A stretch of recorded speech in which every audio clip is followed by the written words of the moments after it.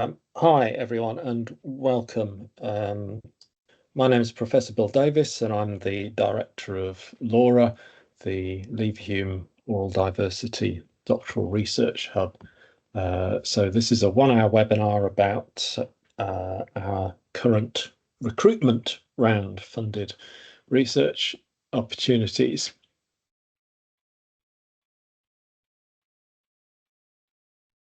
So here's an outline of what we're going to do. I'll talk briefly about what LAURA is, what the funding offer is, point you to where you apply. Then we'll have, that's roughly the first third, then we'll have a second third will be a sort of round robin of some of the LAURA supervisors introducing themselves and their projects or research interests very briefly, like kind of 1.5 minutes each. And that's because I want to try and leave the last third for Q&A. So for questions, you can either type them in the chat, or you can put your hand up and then I'll invite you to come on mic, camera too, if you like. We'll take questions verbally. Yeah, okay. So otherwise, try and mute your mic if you can, so we don't get feedback, and so the speech to text works better. Okay, so what's LAURA about? So LAURA is about the relatively new research concept of oral diversity, sort of predicated on the idea that everybody hears differently. And yet, pretty much every field that deals with hearing and sound assumes the concept of normal hearing, often completely tacitly. But in reality, oral difference is just everywhere between individuals and groups over time scales in different situations and so on and so forth. If we take just people with a diagnosable hearing impairment, so straightforward kind of medical model hearing impairment, we're talking about over 1 billion people worldwide, but oral diversity extends more broadly than that. Young children have different hearing to adults, for example. So it includes kind of classic hearing impairments, but it goes much further than that, much beyond that. All of this is really a new concept and quite under-researched, and so hence the Leverhulme Trust is funding us to do some research into this area. We have 3 main intakes into LAURA. The first cohort of LAURA students, 7 of them, are working on their research now. They started in September 2024. For this year, this is a bit of a bumper recruitment round. We aim to recruit 6 PhD students, including up to 2 international places, 2 one-year MPhil students, and 3 the rather novel concept that our sponsor Leverhulme has actually of Masters plus PhD. That's particularly targeted at widening participation students, so basically those from backgrounds underrepresented in research. There's more details about that on our website, but the Masters plus PhD is where you do a taught Masters and then progress to PhD. All of these are funded by stipend. So the stipend currently is there, £18,622 per year. You won't pay tuition fees. For the PhD students and for the PhD phase of the Masters plus PhD, you can draw on up to £10,000 for each student for research and professional development costs. So that's things like recruitment costs, equipment consumable, travel, field research, and so on. You'll see the small print there. We've got a minority of these additional places are funded by the University of Salford, not by Leverhulme. All the MPhil places are. One PhD each year is funded by Salford, and that doesn't come with the 10K research cost. So sort of make you aware of that.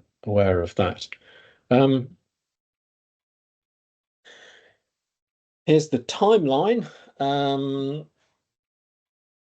This also appears on our website. Actually, I'll just put the link to the website and some other useful things in the chat now that we've been going for a while.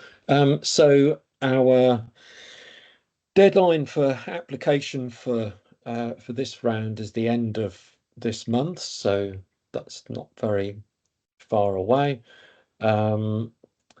What happens after that is that we'll do interviews. They take place online on Teams. We'll aim to do those in April and make initial decisions in May. So the way we run this, well, all sort of funded doctoral programs have to do something like this, some kind of two-stage process. What we're doing, that the initial deadline, 28th of February, and the decision 9th of May, is essentially for unfunded PhD and MPhil. That's basically do you meet the requirements for a University of Salford PhD? So if so, that would generate a kind of offer of an unfunded PhD place. If you get that past that hurdle, then what you have to do is to then reapply for the funding, the stipend, the tuition fee waiver, the research support costs, and so on. That will just be a written process in the second round, so no more interviews. So just one interview in the first round. Essentially, both stages are based on writing a research proposal. That's the main component of it. The second round, we're mainly asking you to improve your research proposal. So you can see the timeline that we're aiming at there. Yeah, how to apply. All the details are on our website, which you can read. And I'm not going to waste time on this webinar, sort of reading out the website.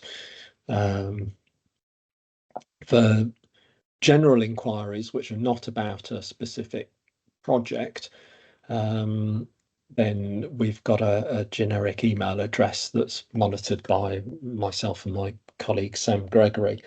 If you've got an inquiry about a specific research topic that we're advertising, then you can email the relevant supervisor about that.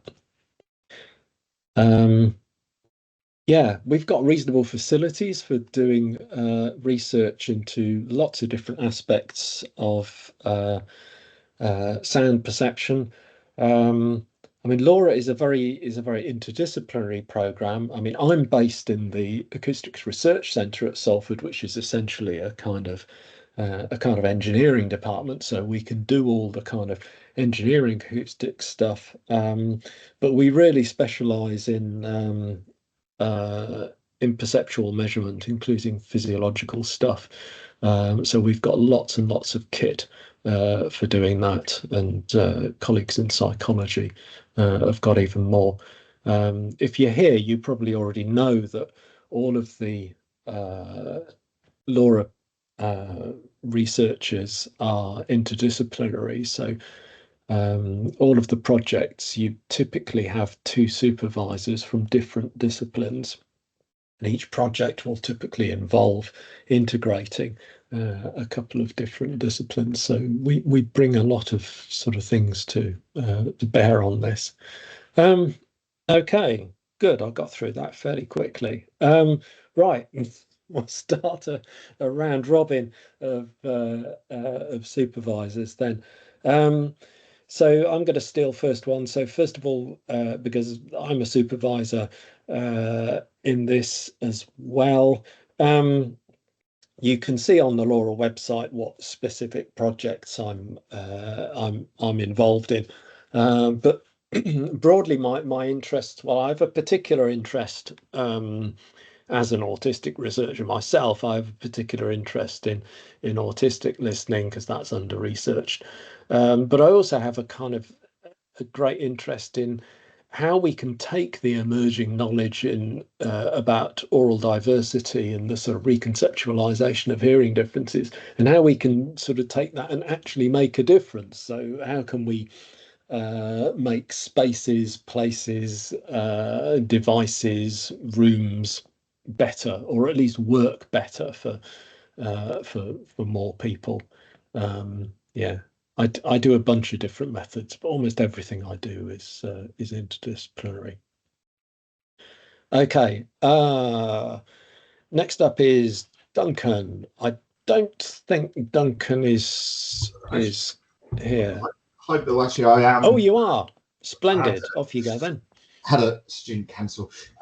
So yeah, hi folks. I'm here because I'm a co-supervisor on an existing LoRa project with a colleague from psychology, Rob Bendel, who you may meet as well. And the student, I'll tell you about that instead. The student is Addie Beckwith, and she comes to us from a clinician's background and is interested in the use of music as a mental health intervention. And she probably won't mind me saying that she's also interested in hearing loss and how people with hearing loss have often been excluded from traditional psychometric listening tests. My own background is in sound, really, and I usually tell people I'm interested in trying to understand how we respond to sound and what we can do about that to help people have better interactions with it. That's me. Thanks, Bill. I'll pass ball on. Thanks, Duncan.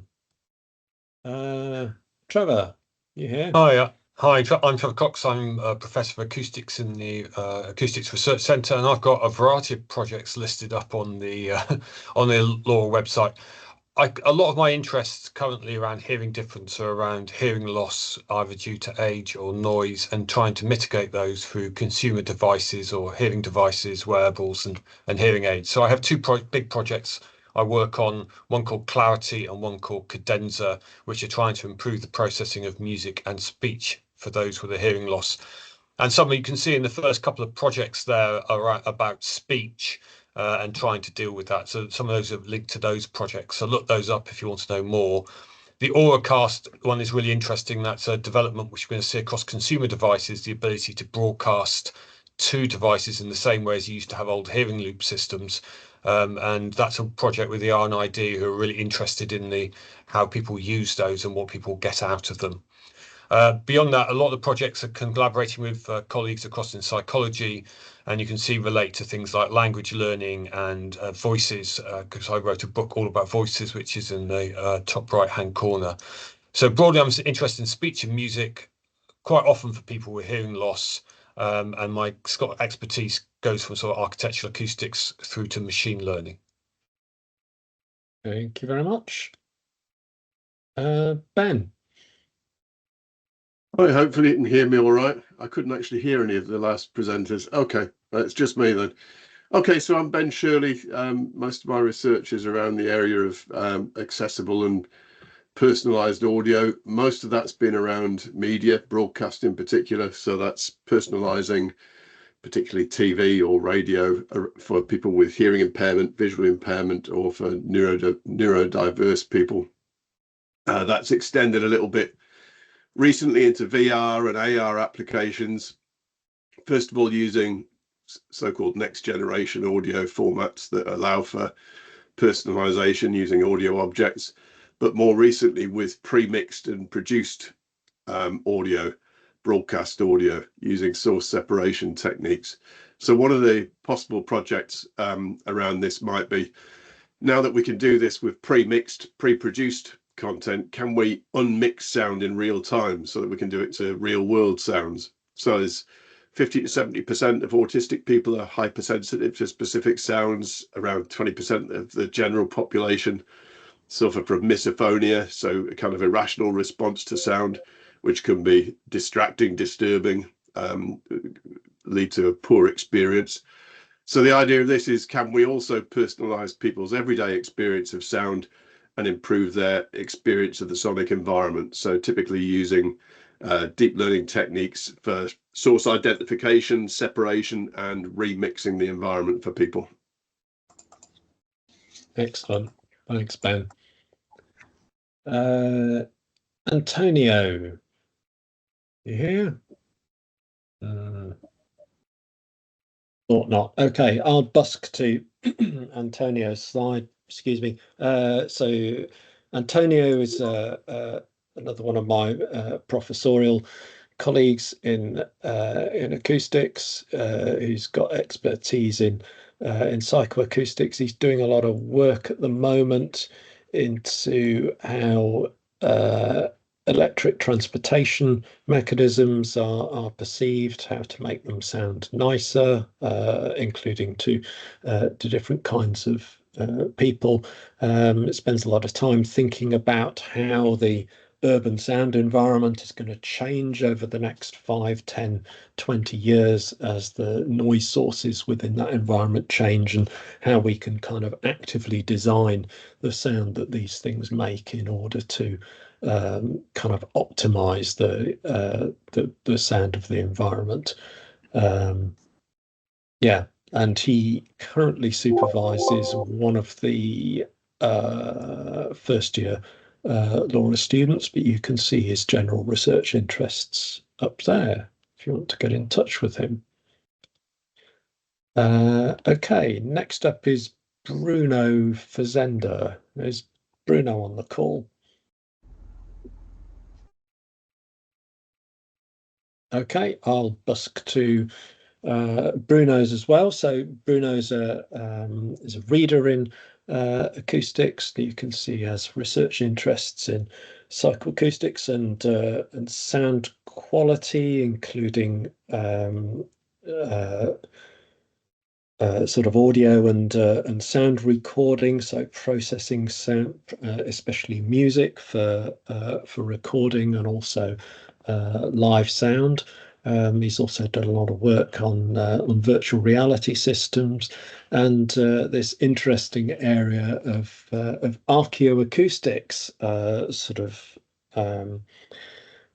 how ancient monuments and the like are perceived, include so sort of ancient caves and things like that. Bruno's a real expert in stats. So if you're the kind of unusual, if you're the sort of minority student who really enjoys doing stats, that's not me, you might want to get in touch with Bruno. Gosh, here's a runner busking. Okay, so I know that Sam can't be on this call, so I'm busking to this as well. So Sam Gregory is my colleague in psychology. She's also, along with myself and Alan, part of the management team of Laura. Sam's a cognitive psychologist, so she's got sort of broad expertise in making neural physiological measurements of what's going on inside your head and connecting them to how you're thinking and how you're behaving. She's one of those open science people, so she's got real expertise in, being super honest about what you're going to do before you do it and publishing your experimental design and then sticking to it. She's involved with several projects. I co-supervise with her, and we've got other projects listed up there as well. Yeah, so she's got a particular interest in autistic perception, but also sort of slightly more general things like socializing with hearing loss and so on. Becky, have you got here from the research seminar? No, I'm going to come back to Becky then, because I know Becky's. Sorry, folks. We're a busy research centre, and we run a lot of different things. And I know Becky chairs the research seminar that was happening just before this, and is probably still dealing with the speaker from that. She's here, right. Bill. It's here. Oh, sorry. Are you here, Becky? Yes, I'm here. Cheers. Hi, Becky. Do you want to talk to your slide? Oh, okay. Yeah. Hi. I'm Becky Voss, and my interest is in really singing with hearing loss, but kind of more broadly, generally hearing aids, and how people sing and listen to music if they have hearing loss or different hearing of some kind, and also how this relates to sort of well-being and the aging population, as often they are people affected by hearing loss mostly. So yeah, that kind of thing. Singing, hearing loss, listening to music, and that kind of area. Okay, great. Thanks very much. Sorry for maligning you. That's all right. Right, Adam and Alan.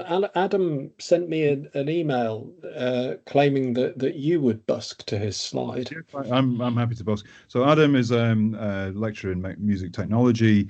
He's a founding sort of lead of the Neurodivergent Researchers Network in the British Educational Research Association, or BERA, and he's interested in many aspects of technology, including serious gaming, Minecraft as an educational and research resource, and is also leading work on neurodiversity, not oral diversity, but neurodiversity within the school, not in a sort of networking way. So yeah, he's got a wide range of interests. I've worked with him on many technological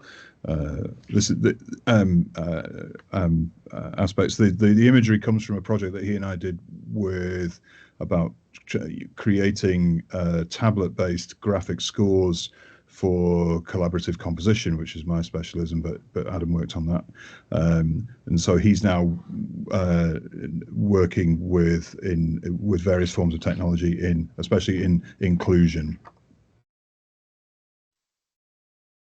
Excellent, thanks very much. Okay, next up is another colleague from psychology whom I think I know. She's not here. Now that I said that about me, I'm feeling uncertain. No, I'm pretty sure Gemma can't be here as well. So I'll busk to Gemma's slide. So Gemma is a developmental psychologist.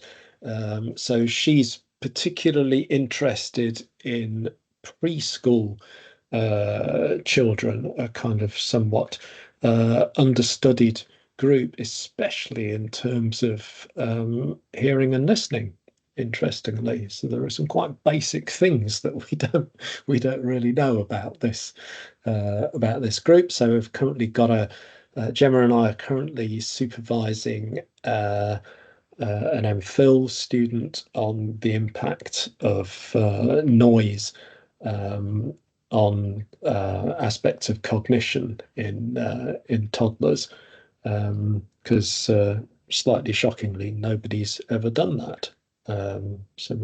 There's some evidence on school children, but not on very little children. So you can see that Gemma has sort of broader interests than that. So also on older children. She's got a particular thing about how digital technology is changing the way that children perceive the world, and in the context of LoRa, that kind of includes their hearing and listening.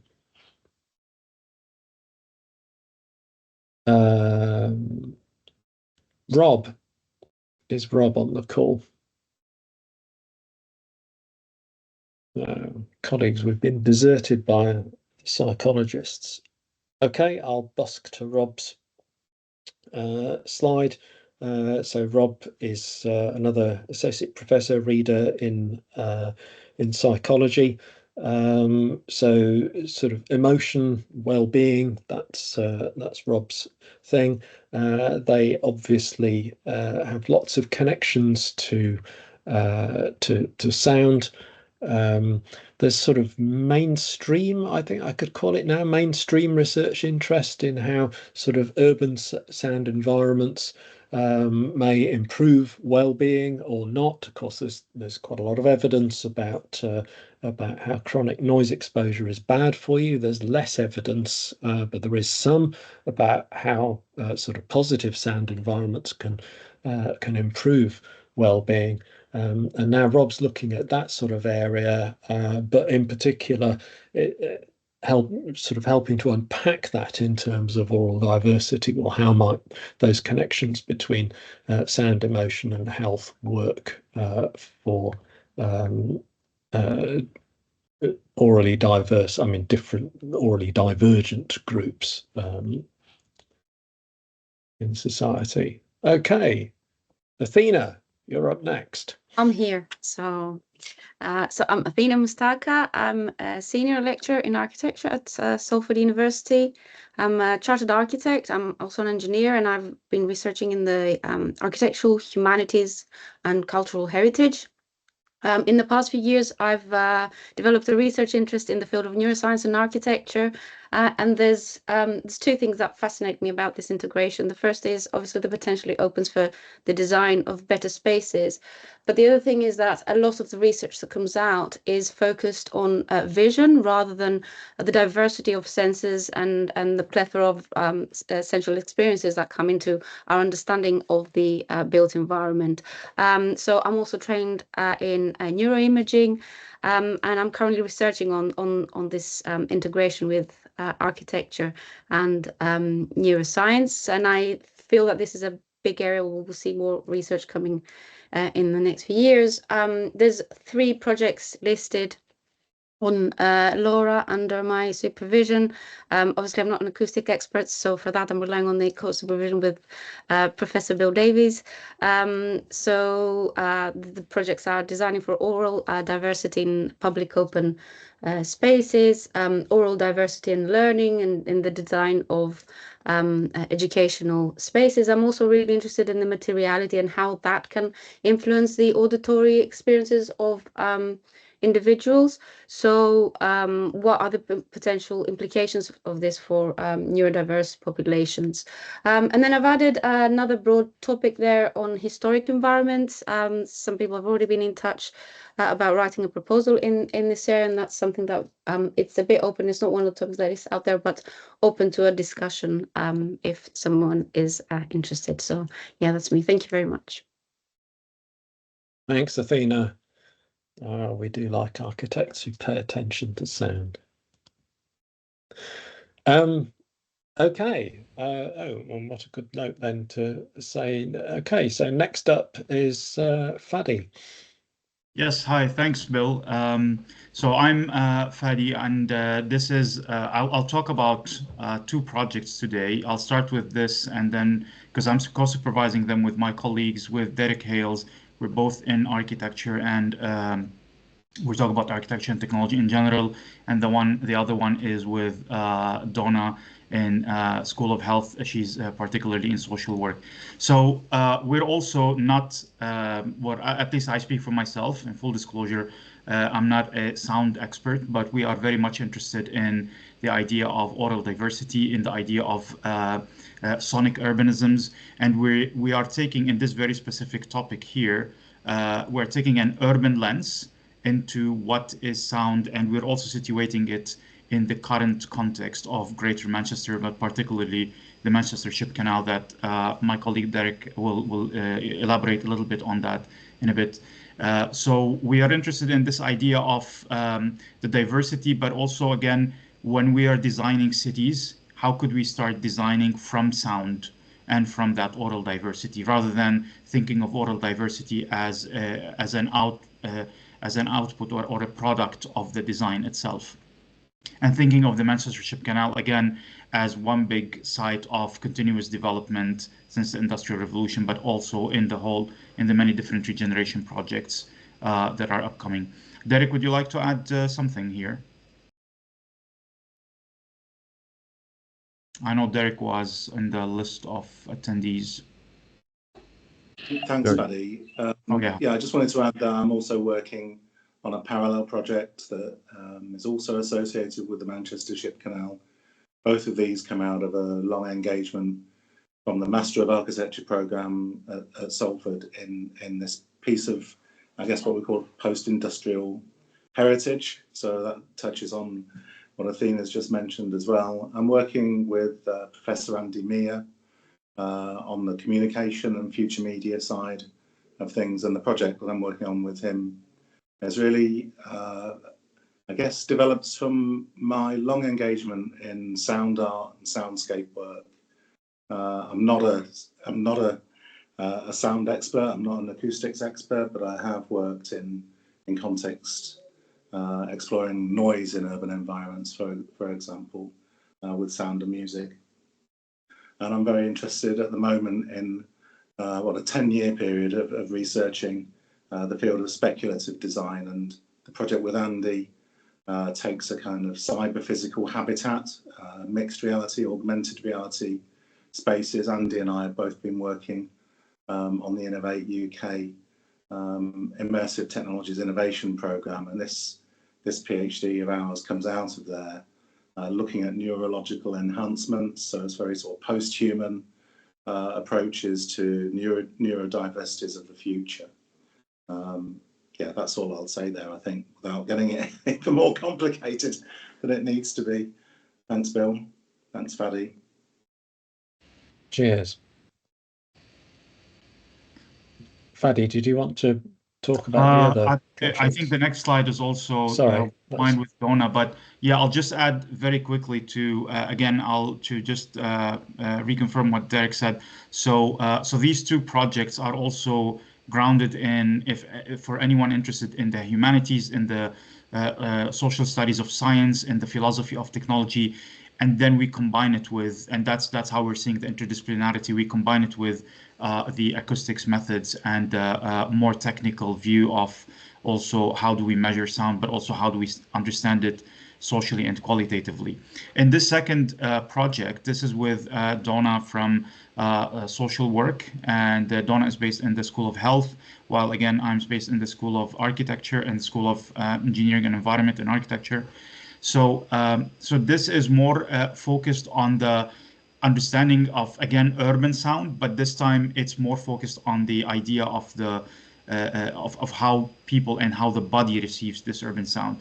So I think Donna will explain more about multiculturalism in a second, but it is also trying to look at if cities like Manchester are multicultural, cosmopolitan places where we have also a diversity of humans and non-humans, and then how do we view oral diversity in that context, and how do we look at the body itself as the site of that oral diversity, and then in this case again it's related to public space, related to urbanism, but still again looking at a space that is more social / design perspective, but again looking at it from an oral diversity perspective rather than looking at oral diversity as an outcome that is studied at a later stage. Donna, please, would you like to add anything here? Yeah, so I come from SELF, so I'm interested in qualitative studies about our experience of being in the world. I'm very interested in pluralism, so I think we're looking at an inductive, qualitative study which encompasses Manchester. I'm from Manchester, you'll tell by my accent, which is vibrant and very much multicultural and diverse. So we just looking for a student who wants to help co-produce what this looks like, and we're excited about its potential. So happy to answer any questions via email and things if you want to chat with us later. Looking forward to working with Fadi too, so that'll be good.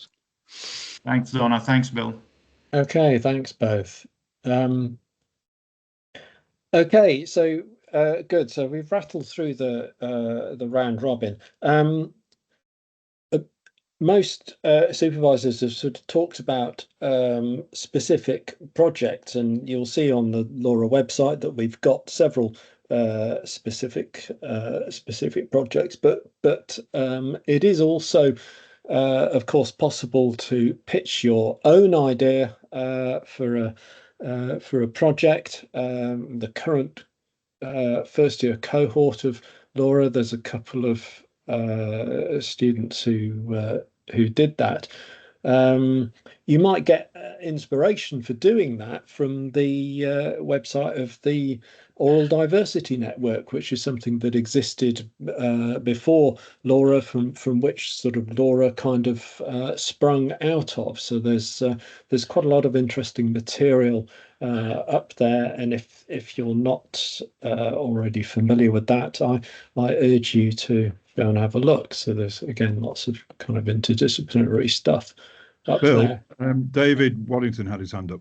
Yes, I noticed that sort of hand appear and disappear. Did you want to sort of pop in and say hello, David? I was expecting my slide to come up. It looks like I must have put it in the wrong place, but I could share it on the screen if you like. But you've moved on, so there's no need to go back if you don't like. I mean, I'm quite happy for you to, if you just want to take a couple of minutes, I'll yeah, if you want to share, because otherwise we've just got Q&A after this.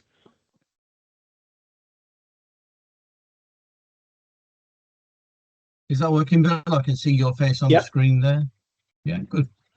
So this project is supervised by myself, and it's mainly led by Jay Vickers. Now, the idea of this project is to explore how individuals with diverse hearing profiles manage and adapt to sudden sharp sounds. And the focus of this is also in the workplace, not just in the general soundscape, but also in the workspace. You'll see that the approach is a mixed methods, combining quantitative acoustic and physiological measurements with qualitative insights. So it's not the kind of stuff you might read that I've done in the past. It's not really the hardcore acoustics that I've been looking at. It's more the kind of thing that Jay has been interested in. So have a look at the stuff that Jay Vickers has done rather than in preference to mine. So we're talking about physiological and psychological responses to impulsive sounds. So these can be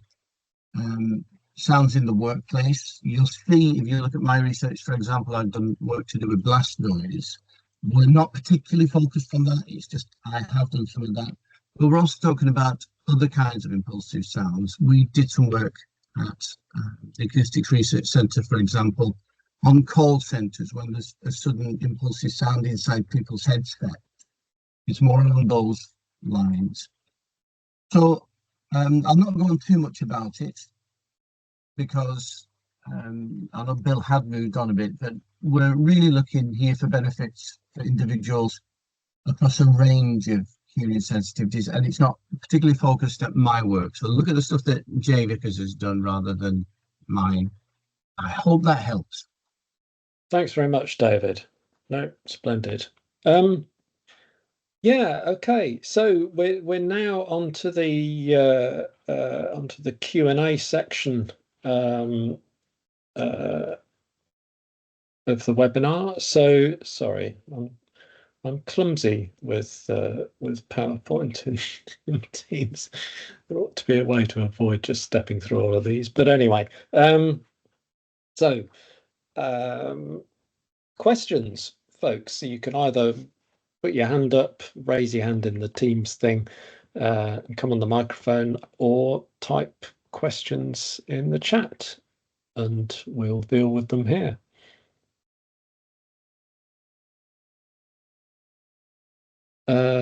Azim. Yeah, good morning. How are you, sir? Hi, very well, thank you. So I have a question. Are applicants required to secure a supervisor before submitting the application, or will successful candidate will be matched with the supervisor after selection?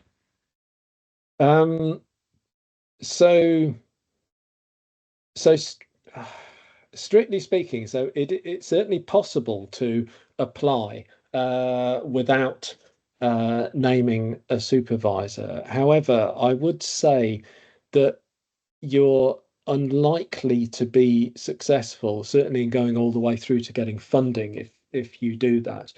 The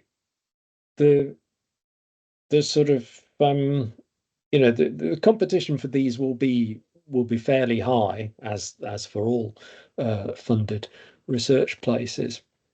And what we find is that the most credible, the strongest applications are ones where the prospective applicant has discussed project ideas informally with the potential supervisor before they submit. So that's what the supervisors are expecting, and that's why we've got their email addresses on the LoRa website.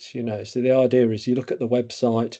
If you find a project that really interests you, then get in touch with that with the supervisor or supervisors.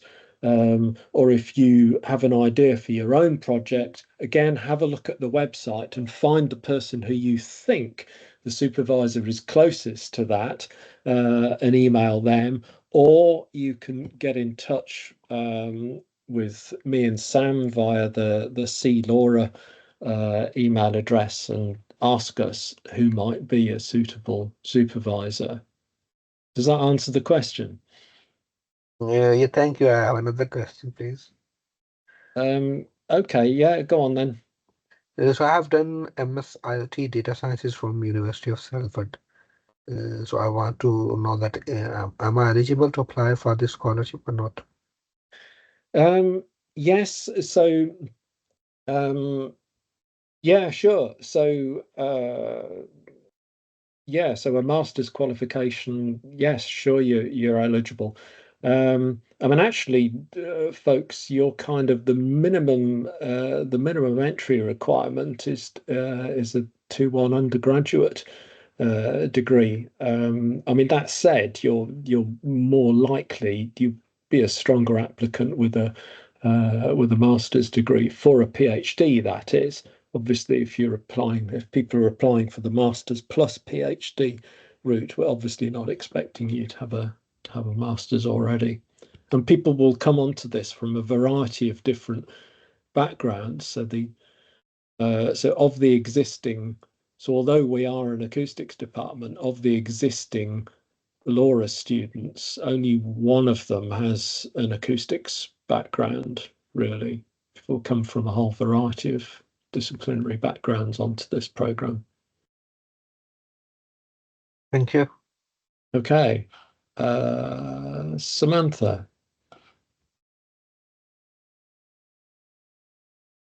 Hiya. I haven't been able to see the presentation and there's not a chat box on my screen, so I just thought I'd ask over the mic if that's all right. I've got 2 questions, if that's okay. Sure. So I did email you and Sam because I'm an autistic researcher myself, so that's the area that I would like to research. However, I'm particularly kind of interested in sort of the discrimination that, you know, autistic people face generally.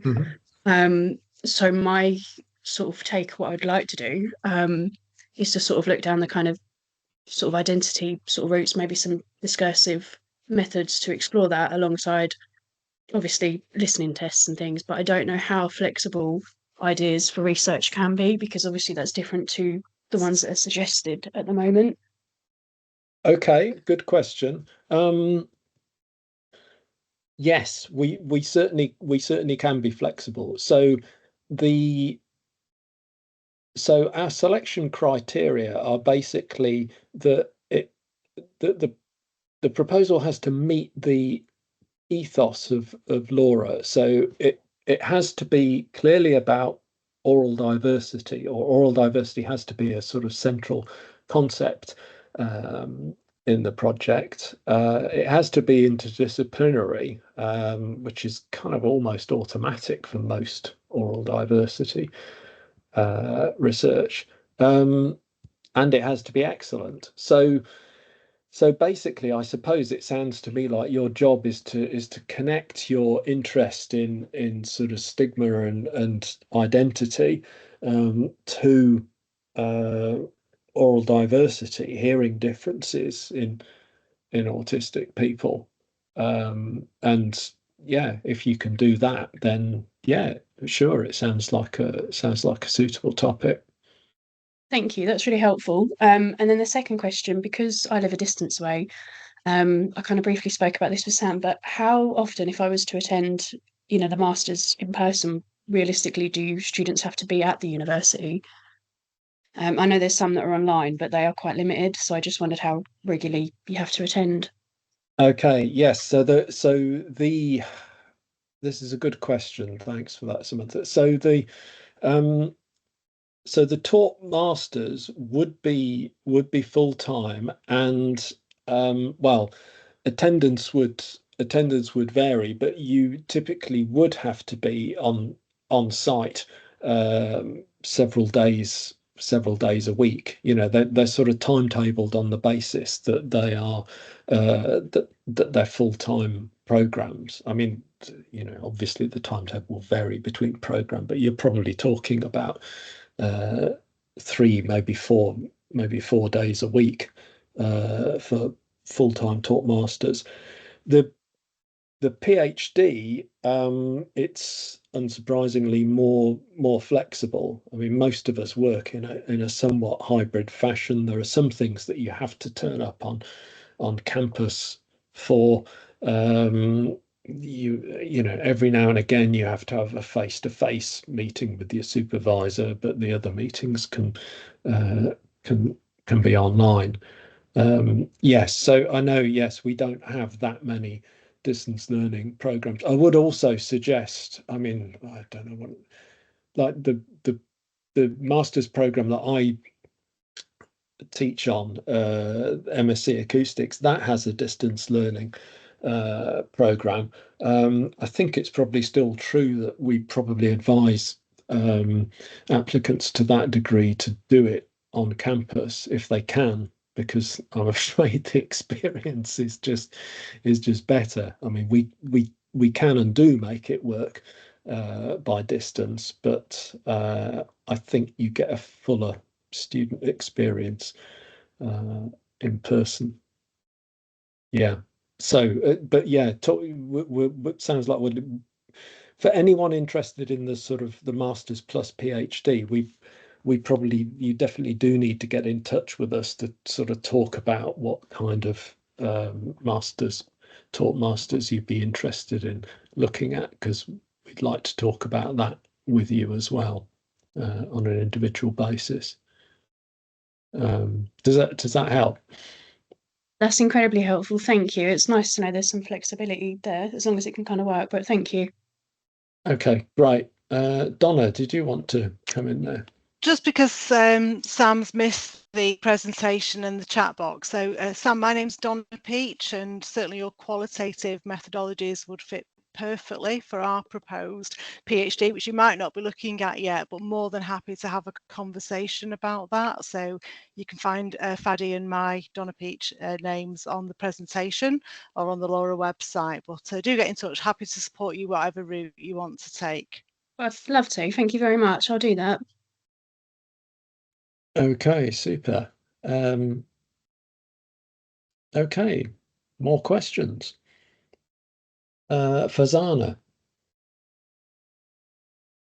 Hi, this is Farzana, and Hi. I have seen the presentation, and I'm really interested in the scholarship opportunity this time. My background is I have done my master's in project management from University of Law. So my question is, I already got admission and a conditional offer letter from Salford University in my intake, and I'm in the process of getting that admission for the unconditional offer letter is still there. So my question is, can I just switch this admission to this scholarship? Yeah. Great question.